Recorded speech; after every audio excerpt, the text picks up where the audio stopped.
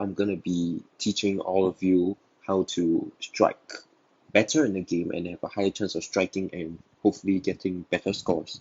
So as you know, there are different oil patterns in this game, which obviously have different ways of how you attack the oil pattern. So let's see, these are the basic oil patterns that I'll just go through. And for the rest, they are actually the kind of like a newer pattern, and they are kind of like a little more challenging, I would feel in that sense. So yeah, so let's try out different oil patterns. So let's say I apply this. So this pattern is the Great Wall. So if I were to throw a ball at the Great Wall, let's say I choose the phase two at this pattern because I feel it has the most miss room. If I throw it left, if I throw it right, it will still kind of like get it into the pocket and it will have higher chance of striking. So let me try to throw it like normally how I do. This time at least 10 pin, but it still hit the pocket. So that's gonna miss, but that's that. So let's say I throw a phase two down, maybe wider. You see, it will still hit the pocket, and although you may not strike, but it hits the pocket and it gives you the best chance of striking. So let's say I throw it maybe a little more inside of target. It hits the pocket. It still hits the pocket right.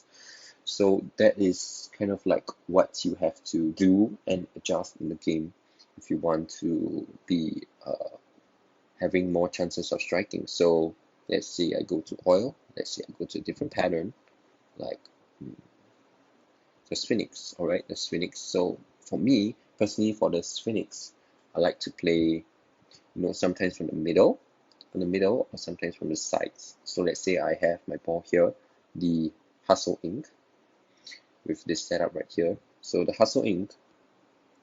So if I throw it here,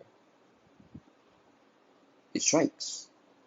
So, but this oil pattern, I would say, it has a lesser chance of actually, or lesser miss room that it gives you. So you can't really miss left or right. You have to hit it nicely or more precise. But sometimes you may get lucky, get a messenger if you go light. To the face, if you go heavy, maybe a good break. Sometimes bad breaks. But it really depends on your your shot and your luck as well. So let's go on that one. This one I actually miss white right, and you see it gets 8. So let me try and pick up this pair. Yep, so basically what you want to do is actually to try and give a few setups that you can have more miss room so that you have a higher chance of striking. So let's say I use the crux spam. The crux spam hooks a lot, so I'll stand maybe all the way on the left and I'll throw it. And see, although it's a little bit high into the shot, it actually got through the pins and got a strike. You can see by the motion there. Let's review again. Yeah, from the pin action there, there's a lot of pin action. This is what I love about the game as well. So you can get strikes. We have pitch black, a lesser hook ball. This goes through the face, leaves a 10 pin.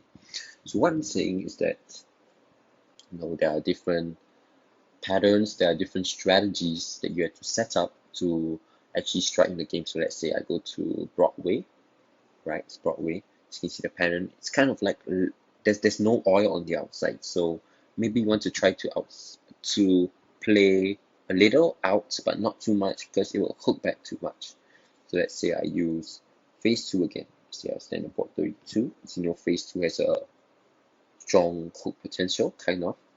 So let's throw it, and that's gonna cross way over. So as you see, because if you look at the oil pattern, it's actually there's no oil in the middle, so it will tend to hook more, and the back part of the lane has actually no oil at all.